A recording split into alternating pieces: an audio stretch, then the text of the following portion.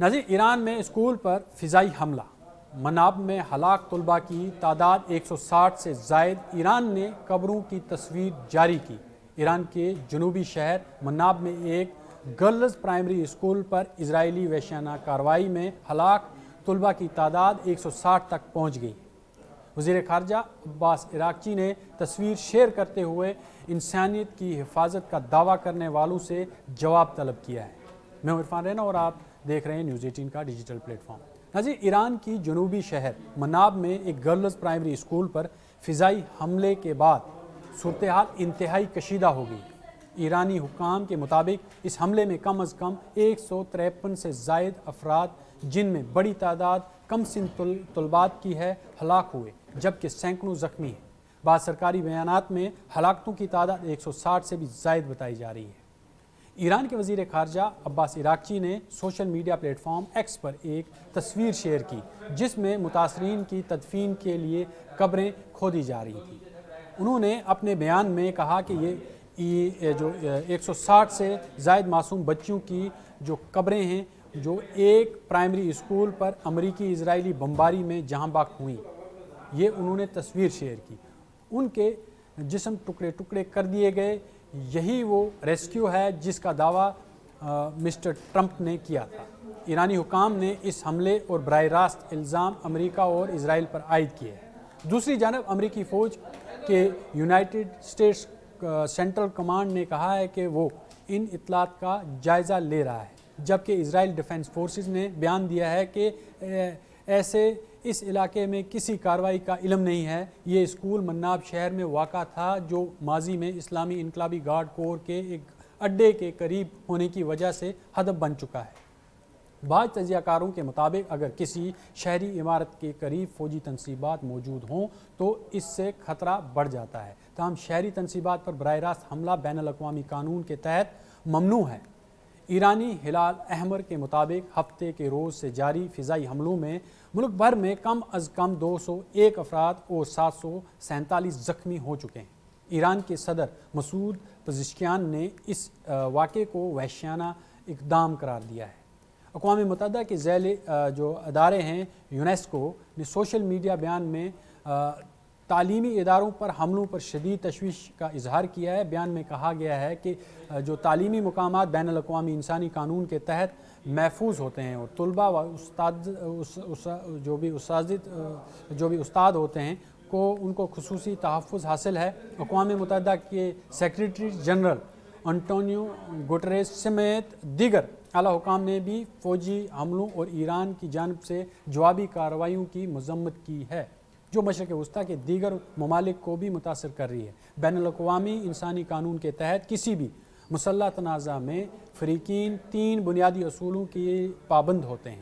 اس میں امتیاز یعنی ڈسٹنکشن، شہریوں اور فوجی اہداف سے فرق کیا جائے، یعنی تناسب، حملے میں غیر ضروری شہری نقصان سے گریز کیا جائے، فوجی ضروری یعنی ملٹری نیسیسٹی کارروائی صرف جائز ہو، فوجی مقصد کے لیے ہو، اسکول، اسپتال اور دیگر شہری عمارتیں محفوظ سمجھی جاتی ہیں اور انہیں جان بوجھ کر نشانہ نہیں بنایا جا سکتا۔ اگر کسی مقام کی نوعیت پر شک ہو تو اسے شہری مقام تصور کیا جاتا ہے۔ البتہ اگر کوئی شہری عمارت فوجی مقاصد کے لیے استعمال ہو رہی ہو، مثلاً بطور بیس، کمانڈ سینٹر یا اسلحہ ذخیرہ گاہ، تو وہ اپنی محفوظ حیثیت کھو سکتی ہے اور جنگی قوانین کے تحت جائز ہدف بن سکتی ہے۔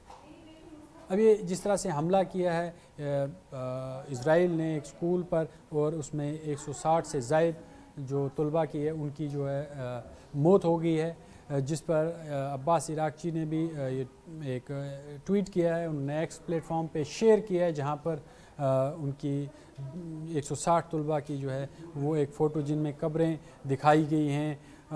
اور یہ انسانی حقوق کی خلاف ورزی بھی، جس طرح سے وحشیانہ طور پر اسرائیل نے ایک اسکول کو ہدف بنایا، لیکن اب وہ ایک جواز فراہم کر رہے ہیں۔ ان کا یہ کہنا ہے کہ یہ فوجی تنصیبات کے نزدیک تھی، جس لیے ہدف بن گئی، لیکن یہ پہلے ہی حملے میں اسرائیل نے اس پر اٹیک کیا تھا، حالانکہ اس کے آس پاس اس طرح کی کوئی بھی فوجی تنصیب موجود نہیں ہے کہ وہ، اور نہ ہی وہاں پر کوئی اس طرح کا ذخیرہ ہے، کیونکہ ویژولز جتنے بھی سامنے آئے اور جتنے بھی تصاویر سامنے آئی ہیں اس میں وہ پورا ایک قسم کا گرلز ہاسٹل تھا، اسکول تھا جہاں پر بچیاں تعلیم حاصل کرتی تھی. لیکن اسرائیل ہمیشہ بستیوں کو اب ٹارگٹ کر رہا ہے، کیونکہ وہ اہداف نہیں بنا رہا ہے جس طرح سے ایران کی حکمت عملی رہی ہے کہ اس نے ڈیوائیڈ کر دی ہیں اپنی فورسز، جہاں پر ایک کمانڈ سینٹر کو توڑنا مشکل ہو رہا ہے. لیکن ایران پر دباؤ بنانے کے لیے اس کے عام شہروں پر بمباری کی جا رہی ہے، اسکولوں پر بمباری کی جا رہی ہے اب، اور ہسپتال بھی اس کا نشانہ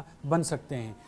آنے والے دن طے کریں گے کہ اب یہ کتنا ماس ڈسٹریکشن جو ہے وہ مڈل ایسٹ میں ہوتا ہے، جس طرح سے ابھی بمباری ہو رہی ہے اور لوگوں کی جانیں ضیاع ہو رہی ہیں اور لوگ مارے جا رہے ہیں، چاہے وہ تہران کی بات کریں یا اسرائیل کی بات کریں، ہر طرف جو ہے کیوس ہے. اور جو دیگر ممالک ہیں جن میں اگر ہم گلف کی بات کریں اس میں UAE ہے، اس میں کویت ہے، قطر ہے، دوحہ میں ایئر بیس کو اٹیک کیا گیا، بحرین میں لگاتار بمباری ہو رہی ہے، وہاں پر ایئر بیس کو تباہ کیا گیا ہے. اور ابنائے ہرمز وہ والا فرنٹ بھی کھل گیا. اب اسرائیل کہتا ہے کہ میں لبنان کے ساتھ میں جو ہے وہ ایک فرنٹ کھولنے جا رہا ہے، لبنان کے اوپر بمباری کرے گا، حزب اللہ جو ہے وہ وہاں سے اب اٹیک کر رہا ہے. لیکن ایک فرنٹ جو ہے جسے ہم یمن کا فرنٹ کہیں گے، وہ یمن میں حوثیز ہیں، وہ ابھی سائلنٹ ہیں، لیکن ریڈ سی وہ بلاک کر دیں گے. اور دوسرا معاملہ یہ ہے کہ اگر ریڈ سی بلاک ہوتا ہے تو پھر جو رسد ہے وہ USS ابراہم لنکن تک پہنچنا مشکل ہو جائے گی، اور جرالڈ فورڈ جو ہے وہ بھی پھنس کے رہ جائے گا، کیونکہ جو تہران اس کا بیک اپ تھا، جہاں پر بحرین اس کا بیک اپ میں تھا، جہاں پر یہ ایئر بیس تھی امریکہ کی، وہ مکمل طور پر تباہ ہو گئی ہے، دعویٰ کیا ہے ایران نے. اب مشکل جو ہے وہ بڑھتی جائے گی امریکہ اور اسرائیل کے لیے، کیونکہ آنے والے دن سخت ہوتے جائیں گے. جس طرح کی یہ جنگ ابھی ہے یہ عالمی جنگ بھی ہو سکتی ہے، کیونکہ رشیا نے بھی جو ہے وہ امریکہ سے رابطہ کیا ہے اور اسے فوراً جنگ روکنے کا جو ہے وہ کہا گیا ہے. اگر ہم بات کریں چائنا کی تو یہ رپورٹس آ رہی ہیں کہ چائنا جو ہے وہ ہتھیار فراہم کر رہا ہے ابھی ایران کو، اور پس پردہ شاید روس بھی اب اس میدان میں کود چکا ہے، کیونکہ ایک رپورٹ یہ آئی ہے کہ رشیا نے جو ہے ایک ترکی کے جہاز کو نشانہ بنایا، کیونکہ ترکی جو ہے وہ نیٹو کا رکن ہے اور اس کو لے کر ایک اور معاملہ کھڑا ہو گیا. اب آنے والے دن یہ